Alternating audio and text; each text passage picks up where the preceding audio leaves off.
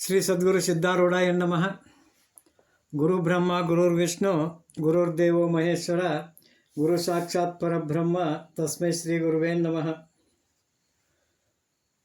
ಸದ್ಗುರು ಸಿದ್ಧಾರೂಢರ ಪರಮ ಶಿಷ್ಯ ಆಗಿರ್ತಕ್ಕಂಥ ನಿರ್ಪಾದಪ್ಪ ಅಂತೇಳಿ ಒಬ್ಬ ಭಕ್ತ ಹುಬ್ಬಳ್ಳಿಯೊಳಗೆ ಇದ್ದ. ಅವ ತನ್ನ ಜೀವನಕ್ಕಾಗಿ ಯಾವುದೇ ಉದ್ಯೋಗವನ್ನು ಮಾಡದ ತನ್ನ ಅನ್ನ ದುಡಿದು ತಂದಂಥ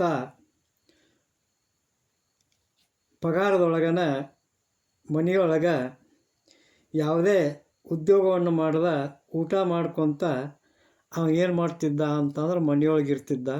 ಆದರೆ ಅವನಿಗೆ ಆ ಸದ್ಗುರು ಸಿದ್ಧಾರೂಢರ ಮೇಲೆ ಬಹಳ ಶ್ರದ್ಧಾ ಭಕ್ತಿ ಅನ್ನುವಂಥದ್ದಿತ್ತು. ದಿನ ಅವ ಮಠಕ್ಕೆ ಹೊಕ್ಕಿದ್ದ. ಮನೆಯೊಳಗೆ ಕೆಲಸವನ್ನು ಮಾಡ್ದ.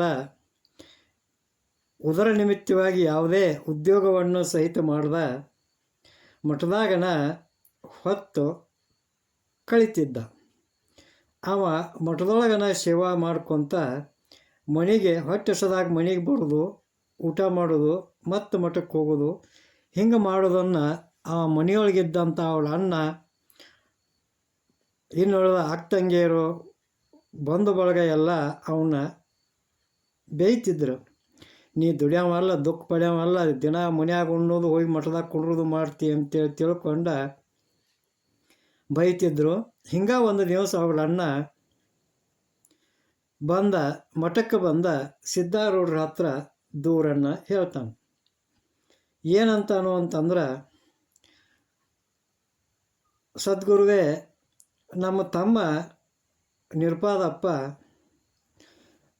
ಯಾವುದ ಮನೆ ಕೆಲಸನೂ ಮಾಡ್ದ, ಉದ್ಯೋಗನೂ ಮಾಡ್ದ, ಮನ್ಯಾಗ ಉಂಡು ತಿಂದ ಕಾರ ನಿಮ್ಮ ಮಠದಾಗ ಬಂದ ಇಲ್ಲಿ ಕುಂಡಿರ್ತಾನು. ಅವನ್ನ ಒಟ್ಟು ಬುದ್ಧಿ ಹೇಳ್ರಿ ಅಂತೇಳಿ ತಿಳ್ಕೊಂಡು ಹೇಳಿದಾಗ ಸಿದ್ಧಾರೂಢರು ಆ ನಿರ್ಪಾದಪ್ಪನ ಕರೆದು ಹೇಳ್ತಾರೆ, ನೋಡಪ್ಪ, ನೀನು ನಿನ್ನ ಮನೆ ಕೆಲಸ ಬಿಟ್ಟ ಇನ್ನು ಮುಂದೆ ಮಠಕ್ಕೆ ಬರಬೇಡ್ರಪ್ಪ ಅಂತೇಳಿ ತಿಳ್ಕೊಂಡು ಅವರು ಆಜ್ಞೆಯನ್ನು ಮಾಡ್ತಾರೆ. ಆವಾಗ ಸದ್ಗುರು ಸಿದ್ಧಾರೂಢರು ಹೇಳಿದಂಥ ಮಾತನ್ನು ಕೇಳಿದಂಥ ನಿರ್ಪಾದಪ್ಪ ಮಠಕ್ಕೆ ಬರೋದನ್ನು ಬಿಟ್ಟ ತಾನು ಜೀವನೋಪಾಯಕ್ಕಾಗಿ ಒಂದು ಉದ್ಯೋಗನ ಪ್ರಾರಂಭ ಮಾಡ್ತಾನೆ. ಹಿಂಗಿದ್ದಾಗ ಒಂದು ದಿವಸ ಆ ನಿರ್ಪಾದಪ್ಪ ಅವ್ರ ಅಣ್ಣಗೆ ಹೇಳ್ತಾನು, ಅಣ್ಣ, ನಾ ದಿನಾಲೂ ಸಿದ್ಧಾರೂಢರಿಗೆ ನೈವೇದ್ಯವನ್ನು ಓದಿ ಕೊಡ್ತೀನಿ ಅಂತೇಳಿ ಹೇಳ್ತಾನೆ. ಆವಾಗ ಅವ್ರ ಅಣ್ಣ ಅವನಿಗೆ ಬೈದ, ನೀ ದಿನಾಲೂ ಹಿಂಗೆ ನೈವೇದ್ಯವನ್ನು ಮಠಕ್ಕೆ ಓದಿ ಕೊಡಾಕತ್ತಿ ಅಂದ್ರೆ ನಮ್ಮ ಮನೆ ಹಾಳು ಮಾಡ್ತಿ ಅಂತೇಳಿ ತಿಳ್ಕೊಂಡು ಅವರನ್ನ ಸಿಟ್ಟಿಗೆ ಹೇಳ್ತಾನೆ, ಬೈತಾನೆ. ಆವಾಗ ಆ ನಿರ್ಪಾದಪ್ಪನ ಮನಸ್ಸಿನೊಳಗೆ ಏನಿರ್ತೈತಿ ಅಂತಂದ್ರೆ, ದಿನಾಲೂ ಸದ್ಗುರುಗಳಿಗೆ ನಾನು ಭಕ್ತಿಯಿಂದ ಪ್ರೇಮದಿಂದ ಉಣಿಸ್ಬೇಕು ಅಂತೇಳಿ ಅವನ ಮನಸ್ಸು ಹೇಳ್ತಿರ್ತೈತಿ. ಆದರೆ ಅವ್ರ ಅಣ್ಣ ಅದಕ್ಕೆ ಪ್ರತಿಬಂಧಕವನ್ನು ಮಾಡ್ತಾನೆ. ಆವಾಗ ಆ ನಿರ್ಪಾದಪ್ಪ ಏನು ಯೋಚನೆ ಮಾಡ್ತಾನೋ ಅಂತಂದ್ರೆ, ತನ್ನ ಸಲುವಾಗಿ ಏನು ನೀಡಿ ಕೊಟ್ಟಿರ್ತಾರಲ್ಲ ಅನ್ನವನ್ನು, ಆ ಅನ್ನದೊಳಗೆ ಅರ್ಧ ಭಾಗವನ್ನು ಸದ್ಗುರು ಸಿದ್ಧಾರೂಢರ ಸಲುವಾಗಿ ತೆಗೆದಿಟ್ಕೊಂಡ ಅವರಿಗೆ ಒಯ್ದು ಕೊಡಬೇಕು ಅಂತೇಳಿ ನಿರ್ಧಾರ ಮಾಡಿಕೊಂಡ ದಿನಾಲೂ ಊಟಕ್ಕೆ ಕುಂತಾಗ ಆ ಮನೆಯವರು ಏನು ಅವನಿಗೆ ನೀಡಿರ್ತಾರೋ ತಾಟಿನೊಳಗೆ ಆ ನೀಡಿದಂಥ ಭಾಗದೊಳಗೆ ಅರ್ಧ ಭಾಗವನ್ನು ಗುಪ್ತವಾಗಿ ಮುಚ್ಚಿಟ್ಕೊಂಡ ಉಳಿದದ್ದನ್ನು ಊಟ ಮಾಡಿದ ನಂತರ ಆ ತೆಗೆದಿಟ್ಟಂಥ ಅನ್ನವನ್ನು ತೆಗೆದುಕೊಂಡ ಆ ಸದ್ಗುರು ಸಿದ್ಧಾರೂಢರ ಸನ್ನಿಧಿಗೆ ಓಡುತ್ತಾ ಬಂದ ಮಠದೊಳಗೆ ಅದನ್ನು ತೆಗೆದುಕೊಂಡು ಹೋಗಿ ಸದ್ಗುರು ಸಿದ್ಧಾರೂಢರಿಗೆ ಅರ್ಪಣೆಯನ್ನು ಮಾಡ್ತಾನೆ. ಆ ನಿರ್ಪಾದಪ್ಪ ಅತಿ ಭಕ್ತಿಯಿಂದ ತಂದಂಥ ಒಂದು ಅನ್ನದೊಳಗಿಂದ 4 ಅನ್ನದ ಅಗುಳುಗಳನ್ನು ಸದ್ಗುರು ಸಿದ್ಧಾರೂಢರು ಸೇವನೆ ಮಾಡಿ ಭಾಳ ಆನಂದ ಪಡ್ತಿದ್ದರು. ಹಿಂಗೆ ನಡೆದಂಥ ಕಾಲದೊಳಗೆ ಒಮ್ಮೆ ಆ ನಿರ್ಪಾದಪ್ಪನ ಅಣ್ಣ ಸದ್ಗುರುಗಳಿಗೆ ಭೇಟಿ ಅಕ್ಕನು. ಆವಾಗ ಸದ್ಗುರು ಸಿದ್ಧಾರೂಢರು ಅವನನ್ನು ಕುರಿತು ಹೇಳ್ತಾರೋ, ನೋಡಪ್ಪ, ನೀನು ದಿನಾಲೂ ಮಠಕ್ಕೆ ಆ ನಿರ್ಪಾದಪ್ಪನ ಕೈಯಾಗ ನೈವೇದ್ಯ ಯಾಕೆ ಕಳಿಸ್ತೀಪ? ನಿಮ್ಮ ಮನೆಯೊಳಗೆ ಜಗಲಿ ಮ್ಯಾಗಿದ್ದಂಥ ಮೂರ್ತಿಗೆನ ನೈವೇದ್ಯ ತೋರಿಸ್ಬೇಕು ಅಂತೇಳಿ ತಿಳ್ಕೊಂಡು ಹೇಳಿದಾಗ ಅವ ಆ ನಿರ್ಪಾದಪ್ಪನ ಹೇಳ್ತಾನೆ, ಹೇ ಸದ್ಗುರುವೇ, ನಾವು ಮಠಕ್ಕೆ ಎಂದೂ ನೈವೇದ್ಯ ಕಳಿಸಿಲ್ಲ ಅಂತೇಳಿ ಅಂತಾನೆ. ಆವಾಗ ಸದ್ಗುರುಗಳು ಹೇಳ್ತಾರೋ, ಹಂಗಾದ್ರೆ ನಿನ್ನ ತಮ್ಮ ನಿರ್ಪಾದಪ್ಪ ದಿನಾಲೂ ಇಲ್ಲಿಗೆ ಅನ್ನವನ್ನು ತೆಗೆದುಕೊಂಡು ಬರ್ತಾನು ಅಂತೇಳಿ ತಿಳ್ಕೊಂಡು ಹೇಳ್ತಾರೆ. ಆವಾಗ ಆ ನಿರ್ಪಾದಪ್ಪನ ಅನ್ನ ನೇರವಾಗಿ ಮನೆಗೆ ಬಂದವನ ಅವ್ರ ತಮ್ಮಗೆ ಬೇಯ್ತಾನವ, ನಾಳಿಂದ ನೀ ಮಠಕ್ಕೆ ಒಂದು ವೇಳೆ ನೈವೇದ್ಯವನ್ನು ಓದದ್ದ ಕರೆ ಆದ್ರೆ ನಿನಗೆ ಸಿದ್ಧಾರೂಢರ ಮೇಲೆ ಆನೆಗೆತ್ತಿ, ನೀ ಎಂದೆಂದು ನೈವೇದ್ಯವನ್ನು ಒಯ್ಯಬಾರ್ದು ಅಂತೇಳಿ ತಿಳ್ಕೊಂಡು ಹೇಳ್ತಾನೆ. ಆವಾಗ ಆ ನಿರ್ಪಾದಪ್ಪ ಅಂತಕ್ಕಂಥ ಭಕ್ತ ಬಹಳ ಬೊಳೆ ಸ್ವಭಾವವಿದ್ದ. ಅವನಿಗೆ ಕಪಟತನ ಆಗಲಿ ಮೋಸ್ತನ ಆಗಲಿ ಯಾವುದೂ ತಿಳಿತಿದ್ದಿಲ್ಲ. ಆವಾಗ ಆ ನಿರ್ಪಾದ ತನ್ನ ಅಣ್ಣನನ್ನು ಕುರಿತು ಹೇಳ್ತಾನೆ, ನನಗೇನು ನೀಡಿರ್ತಾರಲ್ಪ, ಆ ನೀಡಿದ್ರೊಳಗಿನ ಅರ್ಧ ಭಾಗವನ್ನು ನಾನು ಸಿದ್ಧಾರೂಢರಿಗೆ ಅರ್ಪಣೆ ಮಾಡ್ತೇನೆ ಅಂದದ್ದನ್ನು ಕೇಳಿದಂಥ ಅವರನ್ನ, ಹಂಗಾದ್ರೆ ನೀನು ಹೆಚ್ಚಿಗೆ ನೀಡಿಸ್ಕೊಂಡು ಊಟ ಮಾಡ್ತೀಯ ಅಂತೇಳಿ ತಿಳ್ಕೊಂಡು ಅವರನ್ನು ಮತ್ತಷ್ಟು ಬೇಯಕ್ಕೆ ಚಲೋ ಅಕ್ಕನ. ಆವಾಗ ಆ ಬೈಗುಳಗಳನ್ನು ಕೇಳಿದಂಥ ನಿರುಪಾದಪ್ಪ ಅತಿ ಚಿಂತಾಕ್ರಾಂತ ಅಕ್ಕನ.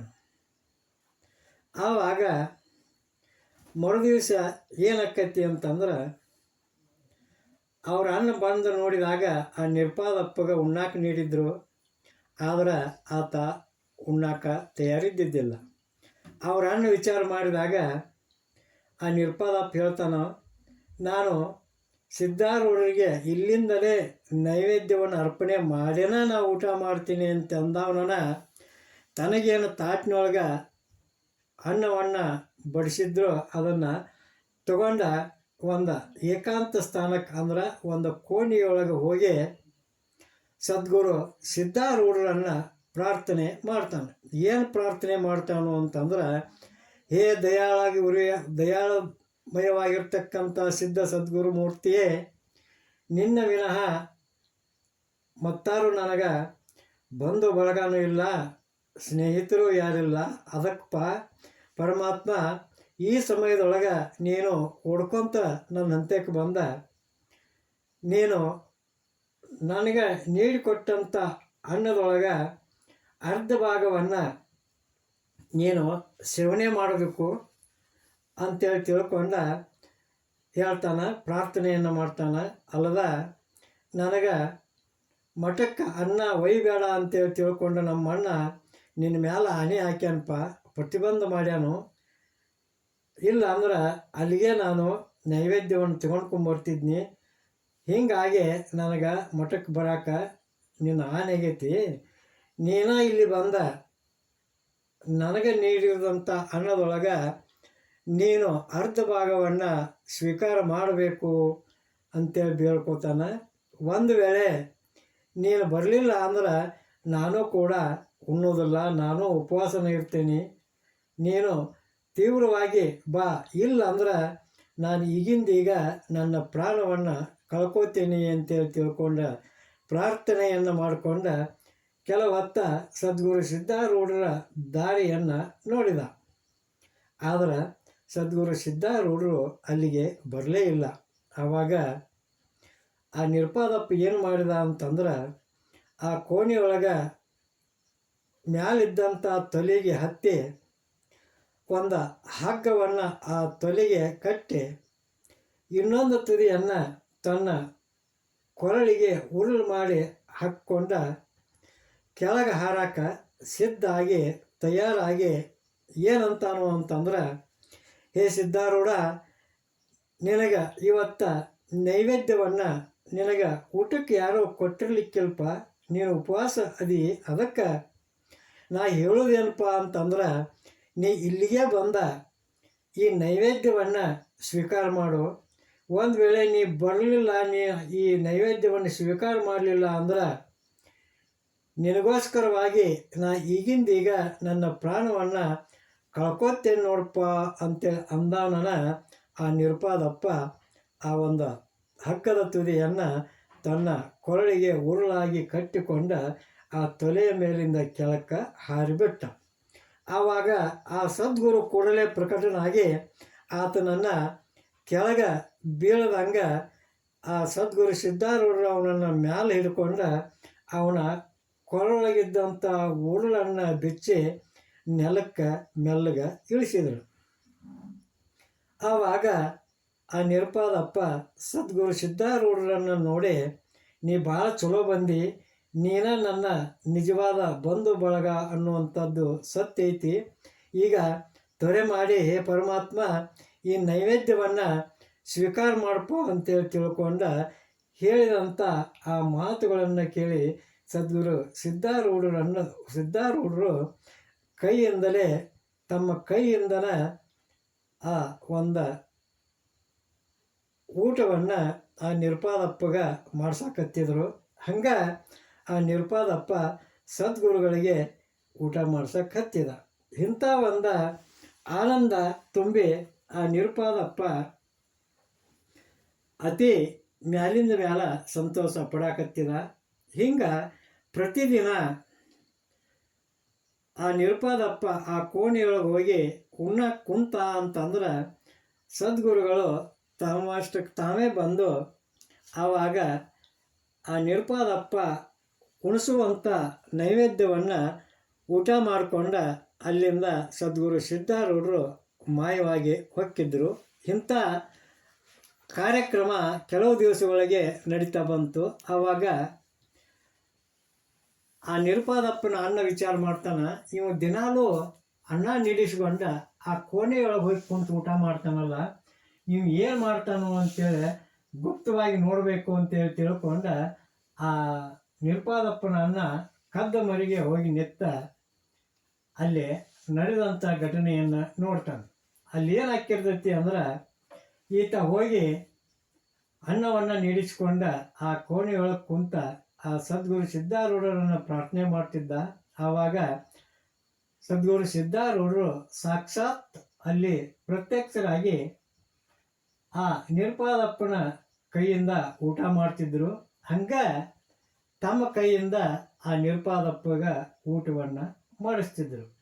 ಇದನ್ನು ನೋಡಿದಂಥ ಅವರನ್ನ ಆಶ್ಚರ್ಯಚಕಿತ ಆಗಿ ಅವ ಓಡೋಡಿ ಬಂದ ಸದ್ಗುರು ಸಿದ್ಧಾರೂಢರ ಪಾದವನ್ನು ಗಟ್ಟಿಯಾಗಿ ಹಿಡ್ಕೊಂಡ, ಅಪ್ಪ ನಂದು ತಪ್ಪಪ್ಪ, ತ್ರಾಯಿ ನಾ ಮಹಾ ಮೂರ್ಖದೇನಿ, ಮಂದಮತಿ ಅದೇನಿ, ನಿನ್ನ ಒಂದು ಅಗಾಧ ಮಹಿಮೆಯನ್ನು ನಾನು ತಿಳಿಲಾರ್ದ ವಾದ್ಯಪ್ಪ, ನನ್ನ ತಪ್ಪನ್ನು ಕ್ಷಮ ಮಾಡು.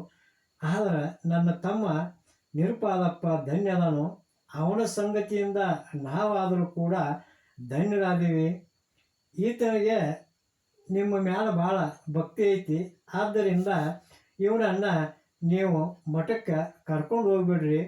ನಾನಾದರೂ ದಿನಾಲೂ ತಪ್ಪದಂಗೆ ನಿಮ್ಮಿಬ್ಬರ ಸಲುವಾಗಿ ನಿತ್ಯದೊಳಗೂ ಅಲ್ಲಿಗೆ ನೈವೇದ್ಯವನ್ನು ತಗೊಂಡು ಬರ್ತೀನಿ ಅಂತ ಹೇಳ್ತಾನೆ. ಅಲ್ಲದ ಇನ್ನು ಮುಂದೆ ನಾವು ನಮ್ಮ ತಮ್ಮಗೆ ಯಾವುದೇ ರೀತಿ ಉದ್ಯೋಗ ಮಾಡು ಅಂತೇಳಿ ಹೇಳುವುದಿಲ್ಲ. ಈತನ ಒಂದು ಭಕ್ತಿಯ ಬಂಧುತ್ವದಿಂದ ನನಗೂ ನನ್ನ ಸಂಸಾರಕ್ಕೂ ಧನ್ಯತ್ವ ಅನ್ನುವಂಥದ್ದು ಪ್ರಾಪ್ತಾತು. ಹೇ ಸದ್ಗುರುನಾಥ ಸಿದ್ಧಾರೂಢ, ನೀನಾದರೂ ಕೃಪೆ ಮಾಡಿ ಇಲ್ಲಿ ತನಕ ಬಂದ ನಮ್ಮ ಮನೆಯನ್ನು, ನಮ್ಮ ಗೃಹವನ್ನು ಪವಿತ್ರ ಮಾಡಿದಪ್ಪ ಅಂತೇಳಿ ತಿಳ್ಕೊಂಡ. ಹೇಳಿದಾಗ ಸದ್ಗುರು ಸಿದ್ಧಾರೂಢರು ಹೇಳ್ತಾರೆ, ಈ ನಿರುಪಾದಪ್ಪ ನನ್ನನ್ನು ಬಿಟ್ಟಿರುವುದಲ್ಪ, ಅದಕ್ಕೆ ಇವನನ್ನು ಸಿದ್ಧಾಶ್ರಮಕ್ಕೆ ಕರ್ಕೊಂಡು ಹೋಗ್ತೀನಿ, ಅಲ್ಲೇ ಇವ ಇದ್ದ ಸೇವಾ ಮಾಡ್ಕೊಂಡು ಇರಲಿ ಅಂತಕ್ಕಂಥ ಒಂದು ಮಾತನ್ನು ಕೇಳಿದಂಥ ನಿರುಪಾದಪ್ಪನ ಅಣ್ಣ ತುಂಬ ಸಂತೋಷ ಪಡ್ತಾನೆ. ಹಂಗೆ ಆ ನಿರುಪಾದಪ್ಪ ಕೂಡ ತನ್ನ ಮನಸ್ಸಿನೊಳಗೆ ಅತ್ಯಂತ ಹರ್ಷವನ್ನು ಹೊಂದಿ ಇವತ್ತಿಗೆ ನನ್ನ ಪುಣ್ಯ ಉದಯ ಆತು, ನಾನು ಪುಣ್ಯಸ್ಥಾನಕ್ಕೆ ಪ್ರಾಪ್ತ ಆದ್ನಿ. ಇವತ್ತಿನಿಂದ ದಿನಾಲು ಸಿದ್ಧಾರೂಢರ ಸಮೀಪದೊಳಗೆ ಇದ್ದುಕೊಂಡ ನಿತ್ಯದೊಳಗೂ ಅವರ ಸೇವೆಯನ್ನು ಮಾಡ್ತೀನಿ ಅಂತೇಳಿ ತಿಳ್ಕೊಂಡ ಹೇಳ್ತಾ ಆ ಸದ್ಗುರು ಸಿದ್ಧಾರೂಢರ ಪಾದಕ್ಕೆ ನಮಸ್ಕಾರವನ್ನು ಮಾಡಿದ ಅಂತ ಹೇಳುವಲ್ಲಿಗೆ ಇವತ್ತಿನ ಈ ಒಂದು ನಿರ್ಪಾದಪ್ಪನ ಕಥೆಯ ಪ್ರವಚನವನ್ನು ಮುಕ್ತಾಯಗೊಳಿಸೋಣಂತ. ಜೈ ಮಂಗಲಂ, ಜೈ ನಮಃ ಪಾರ್ವತಿಪತಿ ಶಿವ ಹರ ಹರ ಮಹಾದೇವ. ಶ್ರೀ ಸದ್ಗುರು ಸಿದ್ಧಾರೂಢಾಯ ನಮಃ. ಶ್ರೀಮನ್ ನಿಜಗುಣ ಶಿವಯೋಗಿ ಮಹಾರಾಜ್ ಕಿ ಜೈ. ಶ್ರೀ ಗರ್ಗದ ಮಡಿವಾಳ ಶಿವಯೋಗಿ ಮಹಾರಾಜ್ ಕಿ ಜೈ.